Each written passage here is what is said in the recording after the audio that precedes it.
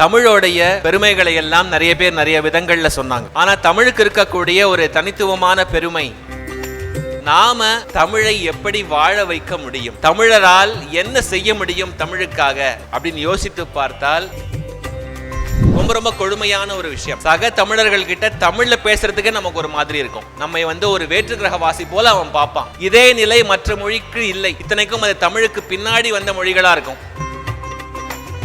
தமிழை நாம் உண்மையாக நேசித்தால், தமிழ் அன்னையின் கையை நாம் கெட்டியாக பிடித்து கொண்டால் அவள் ஒருபொழுதும் நம்மை கைவிட மாட்டாள்.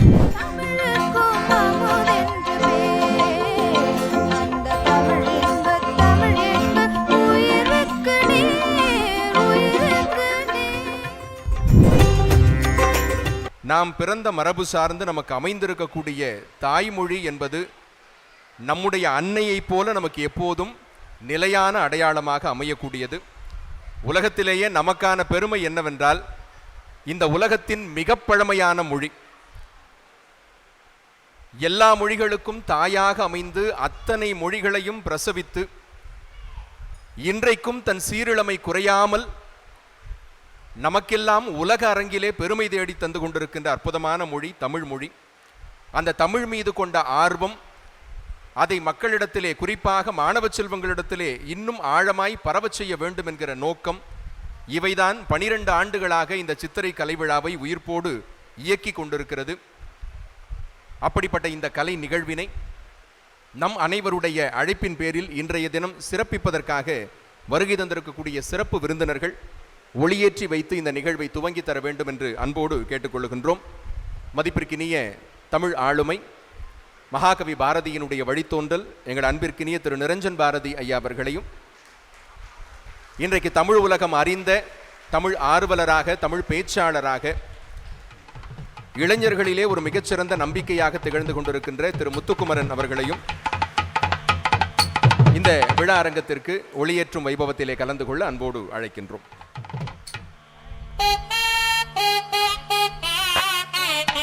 வாராகி தொலைக்காட்சியினுடைய உரிமையாளர் மேடைக்கு வரும்படி அன்போடு கேட்டுக்கொள்கிறோம். திரு மாரிமுத்து அவர்கள்,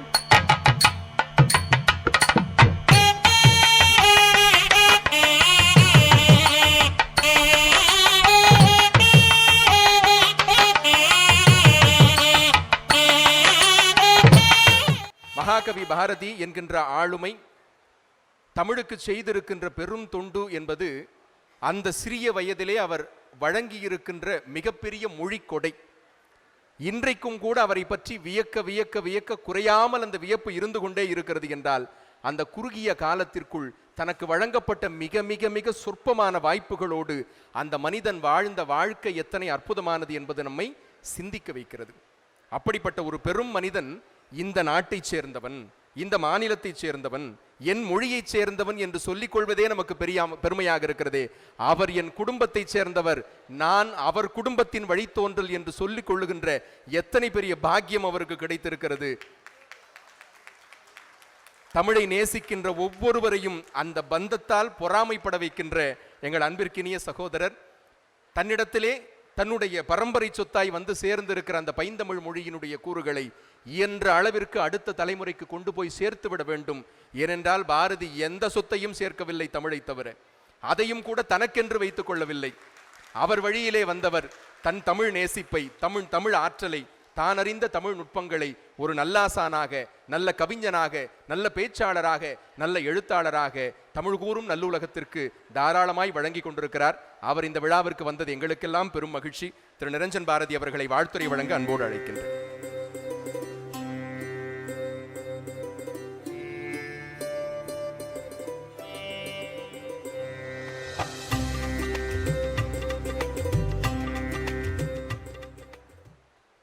மேடையில் வீற்றிருக்கும் மதிப்பிற்கும் மரியாதைக்கும் உரிய வில்லிசை நாயகி அம்மா பாரதி அவர்களே, என்னுடைய அன்புக்கும் மதிப்புக்கும் உரிய ஈஸ்வரி அம்மா அவர்களே, தமிழ் மொழியின் பிக் பாஸாக உலகம் முழுக்க வலம் வந்து கொண்டிருக்கும் இனிய இளவல் முத்துக்குமரன் அவர்களே, எல்லாவற்றுக்கும் மேலாக இன்றைய இந்த சித்திரை கலை விழாவினுடைய நாயக நாயகிகளாக இந்த அரங்கத்தை அதிர வைத்து கொண்டிருக்கும் மாணவிகளாகிய அழகிய தமிழ் மகள்களே, மாணவர்களாகிய அழகிய தமிழ் மகன்களே, உங்கள் அனைவருக்கும் என்னுடைய அன்பான வணக்கம். முதல்ல ராஜேஸ்வரி அம்மா அவர்களுக்கும் இந்த நம்ம விளக்குக்கடை இந்த நிறுவனத்துக்கும் இந்த அற்புதமான கலை நிகழ்ச்சியை ஏற்பாடு செய்து, இதை நிகழ்ச்சி என்று சொல்லாமல் மகிழ்ச்சி நிகழ்ச்சி என்று எப்போதும் சொல்வது போலத்தான் சொல்ல வேண்டும், போற்றுதலுக்கும் ஏற்றுதலுக்கும் உரிய ஐயா திரு வி.டி. சந்தோஷம் அவர்களுக்கு என்னுடைய சிரம் தாழ்ந்த வணக்கத்தை தெரிவித்துக் கொள்கிறேன். இன்றமை வருத்தும் இன்னல்கள் மாய்க, நன்மை வந்தெய்துக, தீதெல்லாம் நலிக. ஏதோ ஒரு சம்பிரதாயத்துக்காக நானும் பாரதியார் பேரன் அப்படிங்கிறதுனால பாரதியார் எழுதிய இந்த தமிழ்மொழி வாழ்த்து பாடலை நான் சொல்லலை. இந்த பாடலுக்கும் இன்றைய தினத்துக்கும் ஒரு நெருங்கிய சம்பந்தம் இருக்கு. அதனால தான் இந்த பாடலை நான் உங்களுக்கு சொல்றேன். 1907 இந்தியா பத்திரிகையில் ஒரு தமிழ் புத்தாண்டு தினம் அன்றைக்கு பாரதியார் எழுதி வெளியிட்ட சிறப்பு பாடல்தான் இது.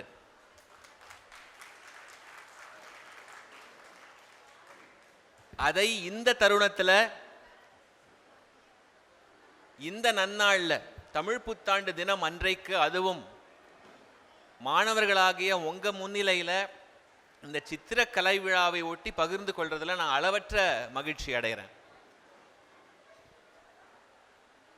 தொடக்கத்திலிருந்தே இந்த நிகழ்ச்சியை நான் கவனித்து வரும் பொழுது அம்மா அவர்கள் அவ்வளவு நேர்த்தியா, அவ்வளவு மெனக்கிட்டு இந்த நிகழ்ச்சியினுடைய ஒவ்வொரு அங்கமும் தங்கமாக ஜொலிக்க வேண்டும் அப்படிங்கிற அந்த சிரமத்தை எடுத்துக்கொண்டு இந்த நிகழ்ச்சியை அமைத்திருக்கிறார்கள். அதனால அம்மா அவர்களுக்கு என்னுடைய மனம் நிறைந்த பாராட்டுகளை நான் தெரிவிச்சுக்கிறேன். நம்முடைய நிகழ்ச்சிகளில் தொடக்கத்தில் தமிழ்த்தாய் வாழ்த்து பாடி தொடங்குவது நம்முடைய மரபு. அதில் நிறைவாக ஒரு வரி வரும், உன் சீரிழமை தமிழனங்கே தமிழனங்கே உன் சீரிழமை திறம் வியந்து செயல் மறந்து வாழ்த்துதுமே அப்படிங்கிற ஒரு வரி. அந்த இறுதி வரியை அப்படியே நம்ம ராஜேஸ்வரி அம்மாவுக்கும் பொருத்தி பார்க்க முடியும். நான் நடமாடும் சுடர் விளக்குகளாக மாணவர்களாகிய உங்களை உருவாக்குவேன்.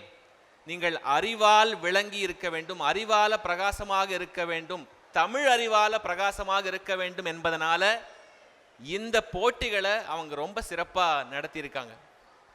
இந்த நிகழ்ச்சியில் தொடக்கத்திலிருந்து நான் பார்த்து கொண்டு வரும்பொழுது அது இயலாகட்டும், இசையாகட்டும், நாடகமாகட்டும், மூன்றிலுமே கலந்து கொண்ட மாணவர்கள் ரொம்ப சிறப்பாக பர்ஃபார்ம் பண்ணாங்க. அந்த மாணவ குழந்தைகளுக்கு என்னுடைய மனமார்ந்த பாராட்டுக்கள். இதுவரைக்கும் பரிசு பெற்ற அந்த சின்ன செல்வங்கள் எல்லோருக்குமே என்னுடைய வாழ்த்துக்கள். ஏன்னா யூகேஜி எல்கேஜிலாம் படிக்கும் பொழுது நான் என்ன பேசுகிறேன்னு எனக்கே தெரியல. ஆனால் அந்த 2 மாணவர்கள் மேடையில் எந்தவித பயமும் இல்லாமல் ஏறி ஒரு 5 நிமிடம் அப்படியே அனைவரையும் கட்டி போட்டு நம்ம எல்லாம் மயக்கிற விதத்தில் பேசினாங்க இல்லையா? அதை கேட்கும் போது ரொம்ப வியப்பாக இருந்தது. முதல்ல ஒரு சின்ன பையன் பேசினா மாம்பழத்தை பற்றி. அதை கேட்கும்போது இது மாம்பழ சீசன் தான், இருந்தாலும் அந்த பிஞ்சு மாம்பழத்தினுடைய சுவை ரொம்ப அழகாக இருந்தது, ரொம்ப இனிப்பாக இருந்தது. பிஞ்சுக்கு சுவை கிடையாது, அது காயாகணும், பழமாகணும், அதுக்கப்புறம் தான் இனிக்கும். ஆனால் இந்த பையன் பிஞ்சாக இருக்கும் போதே இனிப்பது எப்படி பிஞ்சிலேயே பழுத்ததோ என்று எண்ணும் அளவுக்கு அந்த குழந்தையின் திறமை இருந்தது. அந்த குழந்தைக்கு ரொம்ப அழகாக தமிழ் பேச கற்றுக் கொடுத்த அந்த குழந்தையின் பெற்றோர்களுக்கு என்னுடைய வணக்கம், ஆசிரியர்களுக்கு என்னுடைய வாழ்த்துக்கள். எந்த ஒரு நிகழ்ச்சியுமே தமிழ் மணக்க மணக்க இருக்கும் பொழுது அதோடைய அழகே தனி. ஒரு நிகழ்ச்சி வெற்றிகரமாக நிறைவேறணும் அப்படிங்கும் பொழுது நாம் எப்பொழுதுமே பிள்ளையாரை வணங்கி தொடங்குவோம். ஆனால் இன்றைக்கு இந்த நிகழ்ச்சியை வந்து ரொம்ப அருமையான தமிழில் தொகுத்து திரு கணேசன் என்பவர் தொடங்கி நடத்தி வருகிறார். அவருடைய தமிழுக்கு நான் வந்து ஒரு மிகப்பெரிய ரசிகன்.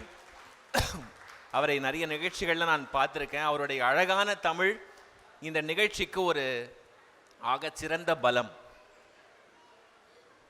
குழந்தைகளுக்கு ஒரு முக்கியமான வார்த்தை, நான் ரொம்ப நேரம் எடுத்துக்க போகிறதில்ல, நீங்கள் பயப்பட வேண்டாம். என்னடா இவர் ரொம்ப பூமர் அங்கிள் மாதிரி நிறைய பேசி பேசி அட்வைஸாக பண்ணி தள்ள போகிறாரோ அப்படின்னு நீங்கள் பயப்பட வேண்டாம். சில கருத்துக்கள் மட்டும் உங்ககிட்ட ஷேர் பண்ணிக்கலாம். நீங்கள் அதை லைக் பண்ணுவீங்க, சப்ஸ்கிரைப் பண்ணுவீங்க அப்படின்னு நான் நம்புகிறேன். இது மற்றும் ஒரு விடுமுறை தினம், இது ஒரு கொண்டாட்டத்துக்கான ஒரு தினம் அப்படின்னு நினச்சி நாம் இந்த தினத்தை கடந்து போய்விடக்கூடாது. முக்கியமான ஒரு விஷயம், இந்த நிகழ்ச்சி தொடங்குவதற்கு முன்னால் தமிழோடைய பெருமையை பற்றி தம்பி விக்னேஷ் அவர்கள் ரொம்ப அழகாக பேசினார். அவருடைய அந்த செழுமையான உரை வியக்க வைக்கத்தக்கதாக இருந்தது. முக்கியமாக நாம் இன்றைக்கு சில விஷயங்களை வந்து யோசித்து பார்க்கணும் அப்படின்னு நான் நினைக்கிறேன். தமிழோடைய பெருமைகளை எல்லாம் நிறைய பேர் நிறைய விதங்களில் சொன்னாங்க. ஆனால் தமிழுக்கு இருக்கக்கூடிய ஒரு தனித்துவமான பெருமை இரண்டு. ஒன்று அதோடைய தொன்மை, இன்னொன்று தொடர்ச்சி. இன்றைக்கு உலகத்தில் 7 மொழிகளை செம்மொழிகள், கிளாசிக்கல் லாங்குவேஜஸ் அப்படின்னு நாம் சொல்கிறோம். ஆனால் அந்த பட்டியலில் எல்லா மொழிகளும் இன்றைக்கு பேசப்படலை. சீனம் பேசப்படுகிறது, அரபு மொழியும் பேசப்படுகிறது, கிரேக்கம், லத்தீனம், எபிரேயம் போன்ற மொழிகள் இப்போது வழக்கில் இல்லை. ஆனால் அந்த பட்டியலில் உயிர்ப்போடு இருக்கக்கூடிய ஒரு மொழி, இன்று வரைக்கும் பயன்பாட்டில் இருக்கக்கூடிய ஒரு மொழி, பேசுவதற்கும் எழுதுவதற்கும் ரொம்ப ரொம்ப தேவையாக இருக்கின்ற ஒரு மொழி நம் மொழி, தமிழ் மொழி. இது ஒரு மிகப்பெரிய பெருமை. நம்ம நாட்டில் பிறந்த மற்றொரு செம்மொழி சமஸ்கிருதமும் குறுகிய மக்களால் தான் பேசப்படுகிறது.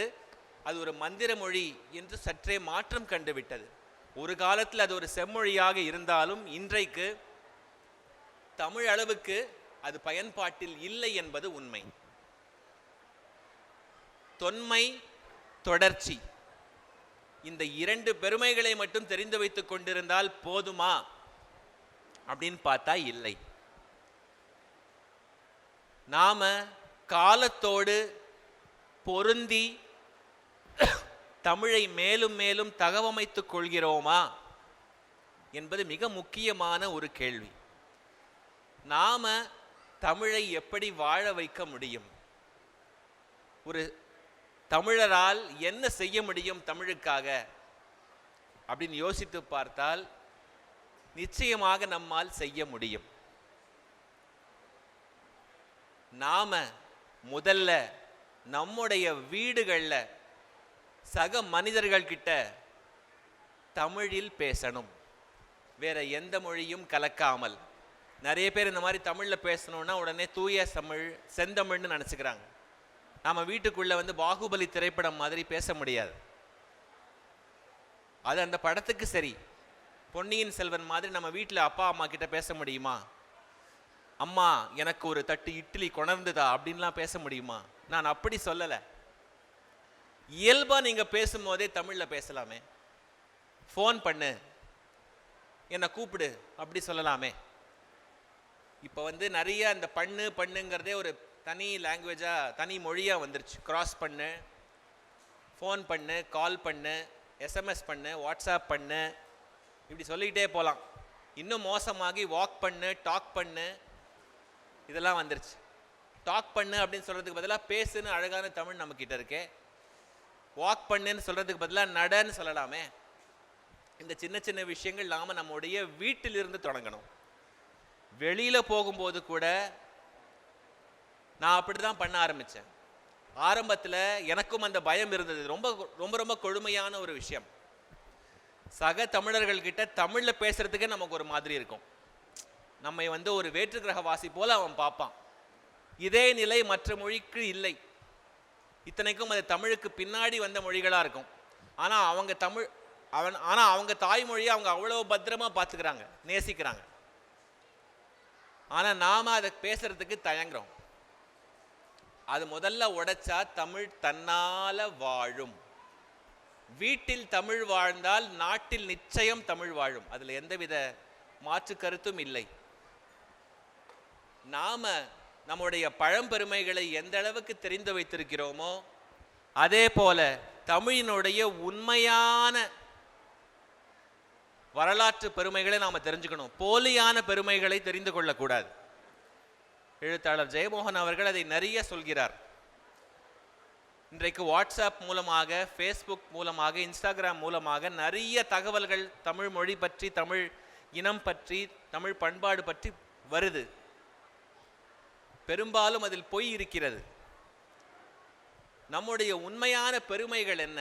நம்முடைய இலக்கிய வளம், நம்முடைய தமிழ் இனத்துக்கென்று ஒரு தனித்த இசை மரபு இருக்கிறது, தமிழ் இசை. அதோடைய பெருமையை நாம் தெரிஞ்சுக்கணும். நம்முடைய தமிழ் மரபுக்கென்று சிற்பக்கலையில் ஒரு தனி அழகு, ஒரு தனித்துவம் உண்டு. அதை நாம் தெரிஞ்சுக்கணும். நம்முடைய தமிழன் 2000 ஆண்டுகளுக்கு முன்னாடி கடல் கடந்து எகிப்து நாட்டுக்கு போயிருக்கான். எகிப்து நாட்டில் சமீபத்தில் 30 கல்வெட்டுகள் கண்டுபிடிக்கப்பட்டிருக்கு. அதில் 20 கல்வெட்டுகள் தமிழ் பிராமி கல்வெட்டுகள். சீகை கொற்றன் என்று தமிழ் எழுத்துக்கள் அந்த கல்வெட்டில் பொறிக்கப்பட்டிருக்கிறது. இது எத்தனை பேருக்கு தெரியும்? இன்றைக்கு செயற்கை நுண்ணறிவு தொழில்நுட்பம் வந்தாச்சு. இந்த நிகழ்ச்சியில கூட பார்த்தீங்க அப்படின்னா பாரதியார் கூட ஏஐல வந்தார். செந்தமிழ்நாடுனும் போதினிலே பாட்டில் செயற்கை நுண்ணறிவில் பாரதியாரே வந்துட்டார். மறைவாக நமக்குள்ளே பழங்கதைகள் சொல்வதிலோர் மகிமை இல்லைன்னு சொன்னவர் அவர் தானே. அவரை போல பழமைக்கும் புதுமைக்கும் ஒரு பாலம் போல விளங்கியவர் வேறு யாருமே கிடையாது. இன்றைக்கு செயற்கை நுண்ணறிவு கூட தமிழ் சேர்ந்து பயணிக்க வேண்டிய ஒரு கட்டாயம் ஏற்பட்டிருக்கு. நீங்க பள்ளி காலத்துல தமிழை ஒழுங்கா படிச்சிங்க அப்படின்னா பிற்காலத்துல இந்த செயற்கை நுண்ணறிவும் உங்களுடைய தமிழ் அறிவும் சேரும் பொழுது அற்புதமான வேலை வாய்ப்புகள் உண்டாகும். உங்களுடைய எதிர்காலம் வளமானதாக இருக்கும். இதுதான் தமிழை நம்மால் இயன்ற அளவு வாழ வைப்பது. இன்னொரு சின்ன முயற்சி நீங்க செய்து பார்க்கலாம். இதை நான் ஒவ்வொரு முறையும் செய்வேன். இப்போ நாம் எல்லோரும் ஏடிஎம்க்கு போய் பணம் எடுக்கிறோம். நான் என்ன செய்வேன் அப்படின்னா, ஒரு ஆசைக்காக அந்த டெபிட் கார்டு இருக்கு இல்லையா, அந்த அட்டையை உள்ளே சொருகிய பின்பு அது ஆப்ஷன் கேட்கும், இங்கிலீஷா தமிழா அப்படின்னு கேட்கும். நான் தமிழை தேர்ந்தெடுப்பேன். தமிழை தேர்ந்தெடுத்து எல்லாவற்றுக்குமே தமிழிலேயே விடை சொல்வேன். அதுதான் தமிழை வளர்ப்பது. நான் சொல்வது ரொம்ப ரொம்ப சின்ன ஒரு விஷயம். ஆனால் நீங்கள் அதை முயற்சி பண்ணால் அது மிகப்பெரிய ஒரு தாக்கத்தை ஏற்படுத்தும். இது அன்றாட வாழ்க்கையில் தமிழுக்கு ஒரு பெரும் முக்கியத்துவத்தை கொடுக்கும். ராட்ஸ்கி மருது ஐயா அவர்களுக்கு வணக்கம். அதனால நம்முடைய பழம்பெருமைகளை மட்டுமே பேசாமல், அதை மட்டுமே கொண்டாடாமல், காலத்துக்கு ஏற்றாற் போல தொழில்நுட்ப ரீதியாக நாம் நம்முடைய தமிழை இயன்ற அளவு மேம்படுத்த வேண்டும். நாம இப்பொழுதுதான் நிறைய கலை சொற்களை உருவாக்கி வருகிறோம். அதில் நாம் கொஞ்சம் பின்தங்கிட்டோம் என்பது உண்மை. இன்றைக்கு அறிவியலும் தொழில்நுட்பமும் அசுரவேகத்தில் முன்னாடி போயிட்டுருக்கு. இப்போ தான் நம்ம மெதுவாக பின்னாடி போயிட்டுருக்கோம். ஆனாலும் பரவாயில்லை. எதுவுமே செய்யாததற்கு ஏதாவது ஒன்று செய்வது ரொம்பவே சிறந்தது. இன்னொன்று, ஒரு முக்கியமான விஷயம், நம்ம ஆழ் மனதில் இருக்கக்கூடிய அந்த தாழ்வு மனப்பான்மை. தமிழ் படித்தால் என்ன கிடைக்க போகிறது? தமிழ் எனக்கு சோறு போடுமா? தமிழ் பேசுறதுக்கு ரொம்ப நன்னா இருக்கும். அது ஒரு ஏட்டுச்சுரைக்காய் தானே, யதார்த்தத்துக்கு அது உதவுமா? இதெல்லாம் இப்போது பொய்யாகிவிட்டது. தமிழை நாம் உண்மையாக நேசித்தால், தமிழ் அன்னையின் கையை நாம் கெட்டியாக பிடித்து கொண்டால் அவள் ஒருபொழுதும் நம்மை கைவிட மாட்டாள். தமிழ் நம்மளை வாழ வைக்கும் என்பதற்கு இந்த மேடையில் அமர்ந்திருக்கும் பெரியவர்களே சிறந்த சாட்சி. இதை விட நான் எதுவும் சொல்ல தேவையில்லை. அதனால இன்றைய தினத்தில் நீங்கள் ஒரு ரெசல்யூஷன், அதாவது ஒரு உறுதிமொழி என்ன எடுத்துக்கணும் அப்படின்னா, இயன்றவரை மற்றவர்களிடம் இயல்பான தமிழில் பேசுங்க, எழுதுங்க. ஒரு கையொப்பம் இடணும்னா தமிழில் சிக்னேச்சர் கையொப்பம் இட்டு பழகுங்கள். அது ஒரு சின்ன புரட்சி தான். வேறு மொழி ஆதிக்கத்துக்கு எதிரான ஒரு சின்ன ஒரு எதிர்வினை தான். அதை செய்ய தொடங்குங்கள். இப்படி சின்ன சின்ன விஷயங்களில் அன்றாட வாழ்க்கையில் நாம் தமிழை கொண்டு வந்து விட்டோம் என்றால் அதை போன்ற ஒரு சிறந்த ஒரு காணிக்கை நாம் தமிழுக்கு செய்ய முடியாது. எனவே இன்றைய தினத்தில் இந்த செய்திகளையெல்லாம் நீங்கள் நல்லா உள்வாங்கியிருப்பீங்கன்னு நான் நம்புகிறேன். ரொம்ப நேரம் எடுத்துக்கொண்டதற்கு மன்னிக்கணும். பொறுமையாக இதுவரை பேச்சை கேட்ட அனைவருக்கும் என்னுடைய நன்றி. குழந்தைகளுக்கு என்னுடைய வாழ்த்துக்கள்.